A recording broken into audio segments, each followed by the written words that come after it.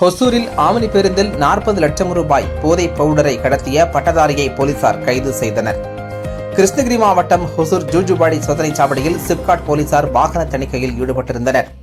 அப்போது பெங்களூருவில் இருந்து சென்னை நோக்கி சென்ற தனியார் ஆம்னி பேருந்தை நிறுத்தி பயணிகளின் உடைமைகளை சோதனை நடத்தினர். இதில் கடலூர் மாவட்டம் விருத்தாச்சலம் செல்வராஜ் நகரைச் சேர்ந்த அருண் பாண்டியன் என்பவரிடம் 81 கிராம் கொக்கைன் போதைப் பவுடர் இருந்தது. அதை பறிமுதல் செய்த போலீசார் நடத்திய விசாரணையில் அதன் மதிப்பு 40 லட்சம் ரூபாய் என தெரியவந்துள்ளது.